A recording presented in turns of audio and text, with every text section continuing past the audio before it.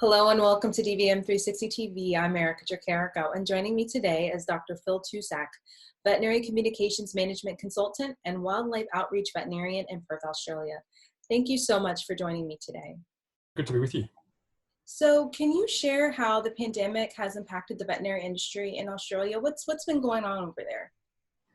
Yeah, well, firstly, the veterinary landscape here in Australia, there's roughly 13,000 registered veterinarians and working in practices which range from sole practitioners, multi-vet hospitals, group practices, and also corporate groups. And that's in both city, regional, and remote areas. So everyone's obviously operating in their own unique circumstances, and this pandemic has therefore affected vets in different ways, depending on their sort of circumstances and how their businesses are set up. Vets were declared an essential service by the federal government in late March.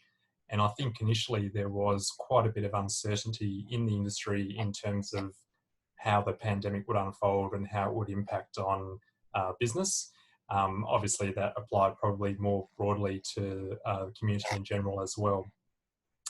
I think vets have adapted quite quickly to the social distancing guidelines which have been introduced by the government, and also to implement increased use of safety measures in their own practices, such as the use of personal protective equipment, disinfecting, hand sanitising, and how they interact with their clients, which has required quite a lot of changes in terms of how they would be greeted or to examine their pets.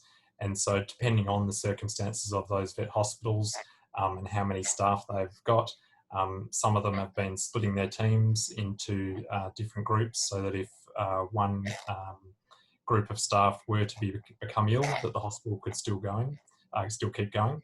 But that's not always been possible in some hospitals.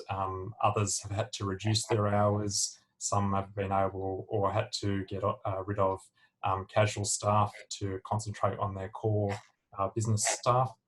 And in terms of the impact here, I think perhaps surprisingly or cautiously, it's been positive in terms of perhaps not as broadly negative as people were concerned about, in terms of pets are still needing to be seen, livestock still needing to be seen. So therefore, we're not out of it yet, but so far as where we are now, the veterinary industry seems to be riding the storm reasonably well, perhaps compared to other places overseas. And are you all doing curbside assistance, or does that look a little bit different in Australia? Yes, so there's been different ways that the hospitals have been operating, and it will get down to how many staff they have and what type of services they've been offering. But I think it's varied.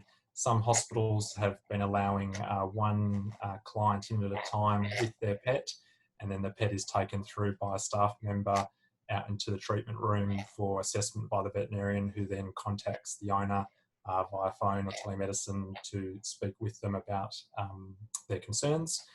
Other practices, yes, have been using the method of going outside in personal protective equipment to examine pets outdoors, outside of the clinic, and also again minimising contact with people as much as possible. And then some practices have also been incorporating the use of telemedicine in terms of using video platforms or even just on the phone to be able to speak to clients and then examine the pet as possible amongst that. Thank you so much for taking time to speak with us today. We wish you the best with everything.